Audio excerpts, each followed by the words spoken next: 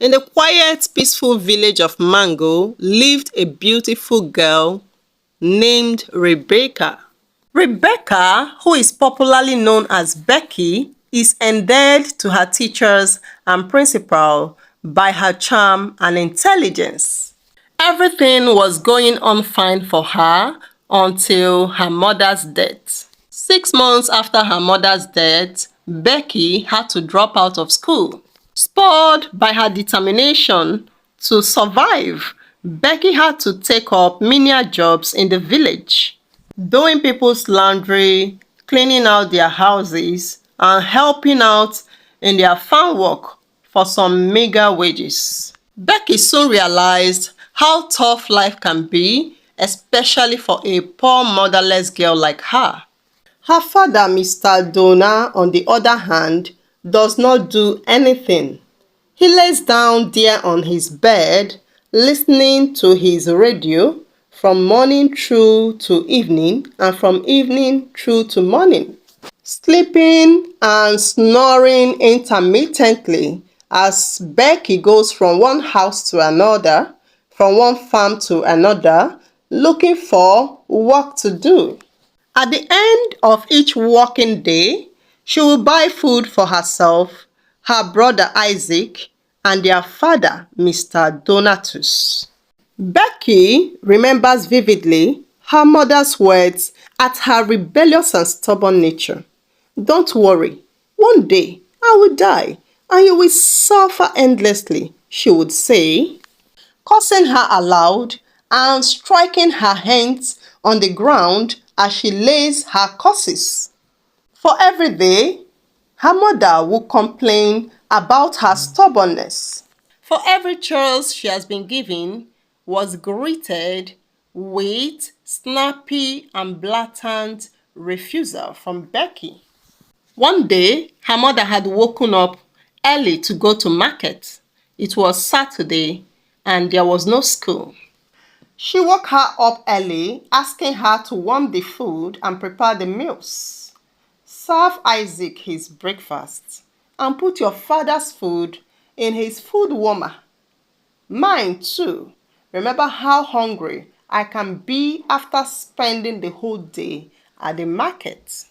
At first, Becky mumbled and then told her that she has no strength to do any such things. "Don't do it now, and you will see how it will look like when I'm back," Catherine threatened. To Catherine's surprise, she came back to meet the soup soured, and the stench of the soup greeted her warmly from her long journey from the market. Isaac was busy crying for hunger, while their father, Donatus, was busy with his radio. Catherine went straight into the kitchen and everything was still the same way she left it. The soup was sad and smelling, while Isaac cried for food. Becky was busy pressing her small phone. As for her husband, Donna, he was busy listening to his radio. "I am sick and tired of this," shouted Catherine. "You mean you did not do what I asked you to do?" she screamed. "Don't you understand? I don't have strength to do it," Becky said flatly. Catherine was short of words as she pounced on her. But this was the second time Becky was challenging her mother physically, and the last time. Becky fought her mother Catherine until she was exhausted. Catherine sat there in tears, recounting all she does to make sure that there is food on the table. As she cried, she cursed Becky, hitting her hand on the floor. "It shall never be well with you," she said. "You want me to die? I will die, but you will suffer, and your suffering shall be endless," Catherine said, her heart broken as she spoke with bitterness. 2 days later, Catherine died in her sleep. Becky was awakened from her thoughts by a tap on her back. "Becky, let's go back to work." Our day job is 1,000 naira and it cannot be given to us unless we finish our portion, said Amaka. With the 1,000 naira, she intends to buy dinner both for her father, Isaac, and herself. Maybe, just maybe, it's too late for me, she thought. I am already cursed and I'm living it out. Ever since her mother died, she had realized that her mother is the clothes that covered the family up and gave them the prestige they had. Her father, Donatus, was a lazy type, lying endlessly on his bed and listening to his radio.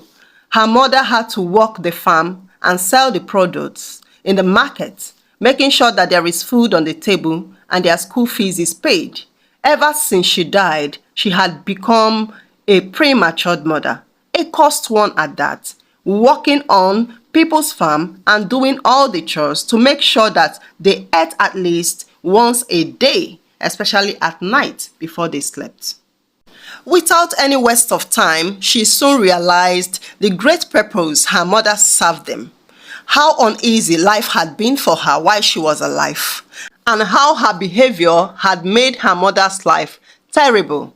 After her burial, she had dreamt countless times when her mother came back home with foodstuff as usual, prepared the meals and set it on the table for them to eat.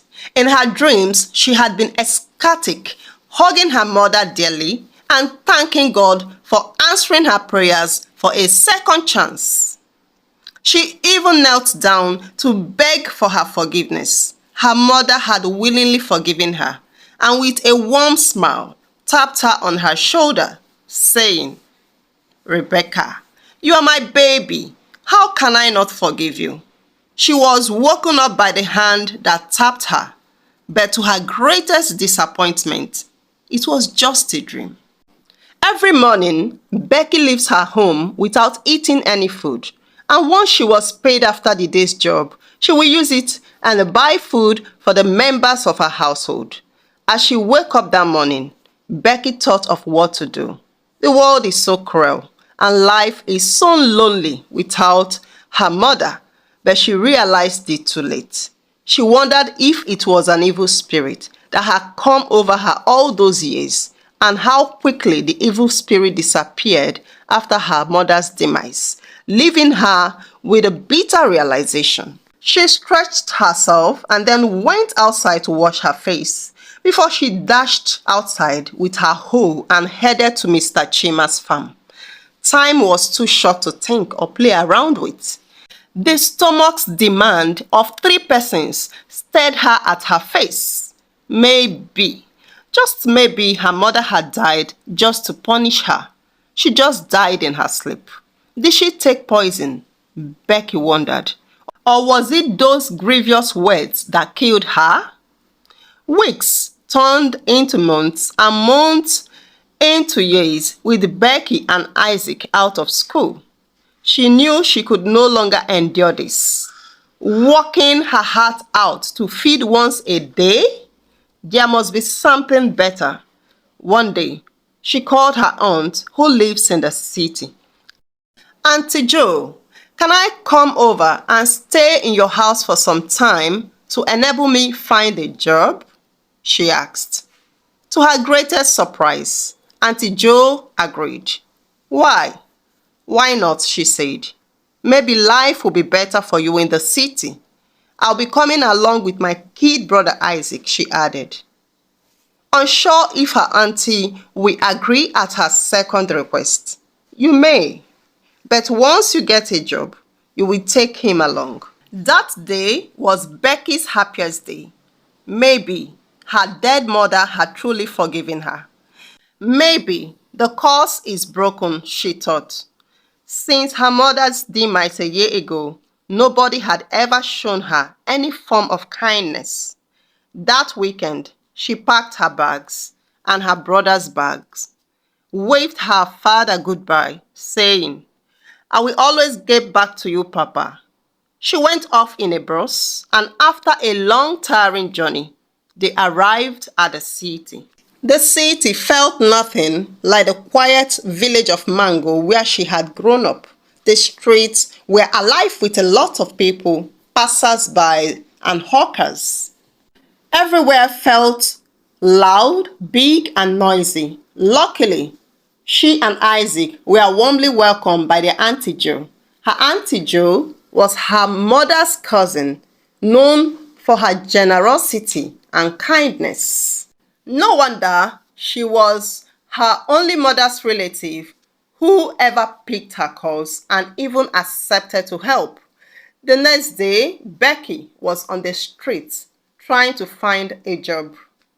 She knocked on doors, asking if anyone needed help with laundry, cleaning, or cooking, but everyone turned her away. Being a school dropout, menial jobs were the only jobs Becky could ever ask for.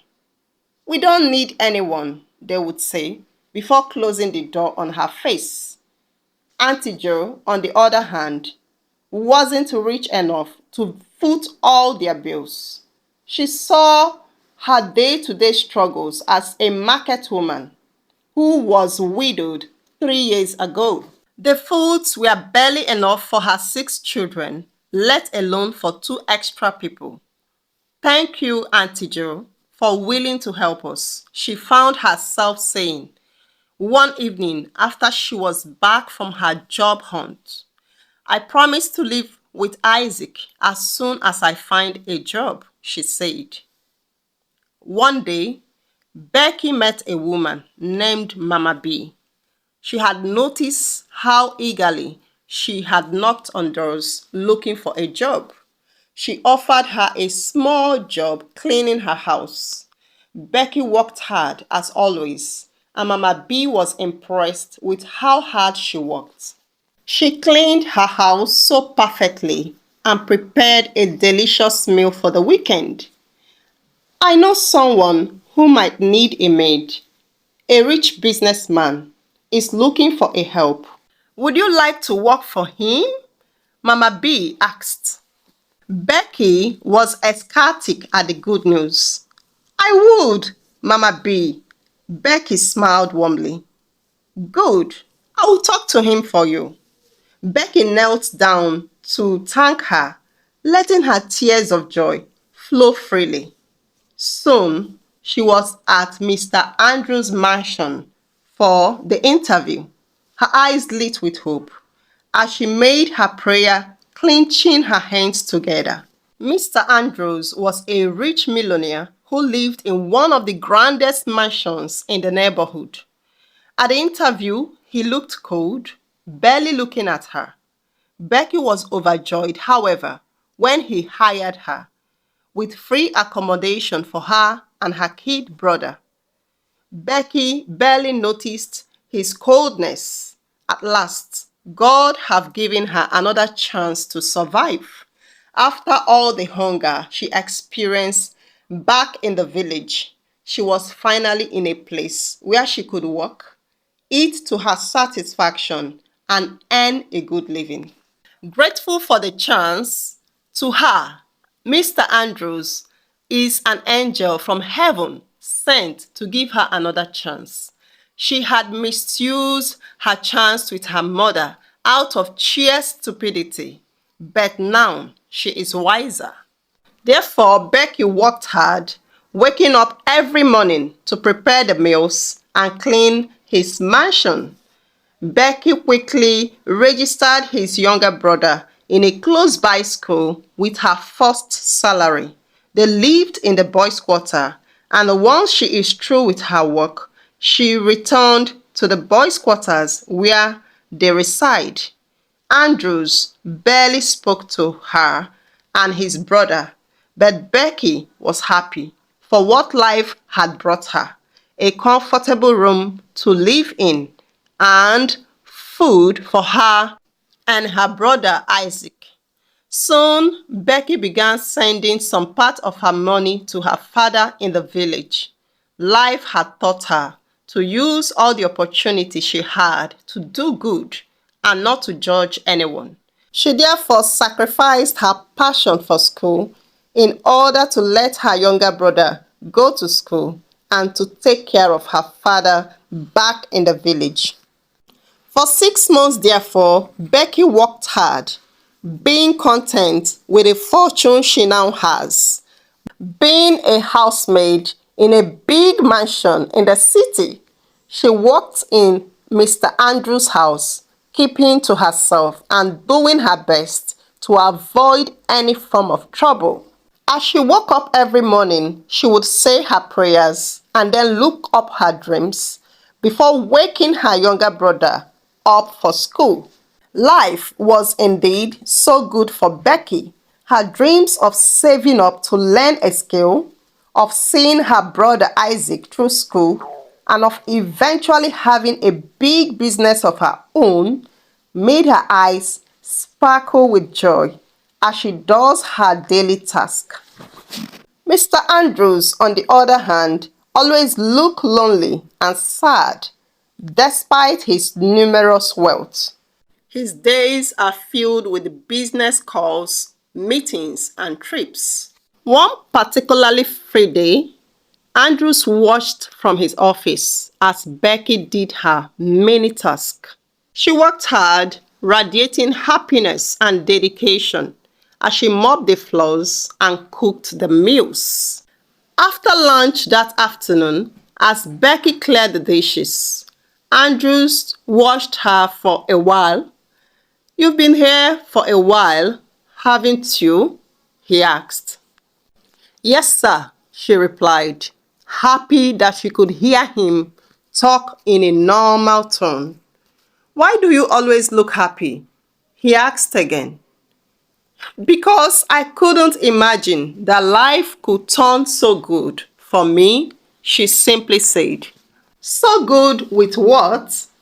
Andrew asked, surprised that someone could see housekeeping job in his empty house as good life. "I used to eat once a day, but now I eat thrice and have some better shelter over my head," Becky replied. Andrew thought a while that night about his conversation with Becky.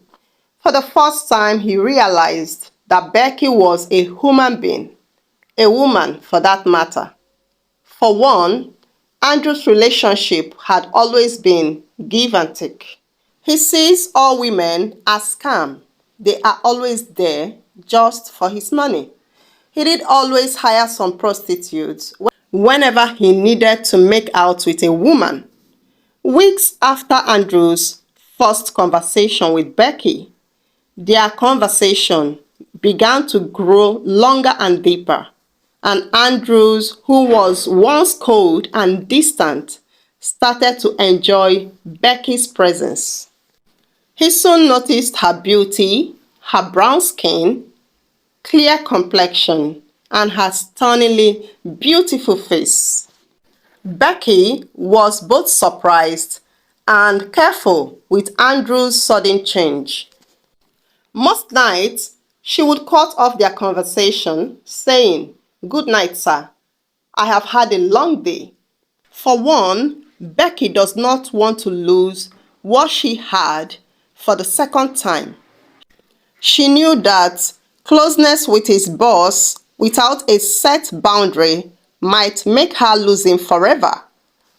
One night, after a long day, Mr. Andrew invited Becky to sit across the dining. "Please sit," he said, drawing out the seat for her to sit. "Thank you," said Becky, as she cautiously sat across Mr. Andrews.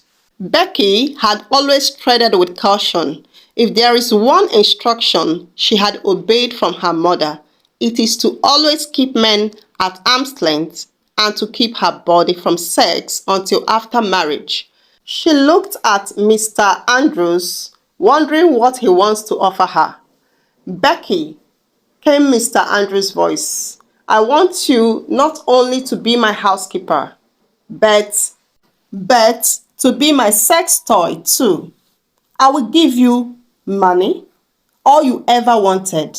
Just say yes," Mr. Andrews said. Becky's face became cold as she shook her head in disbelief.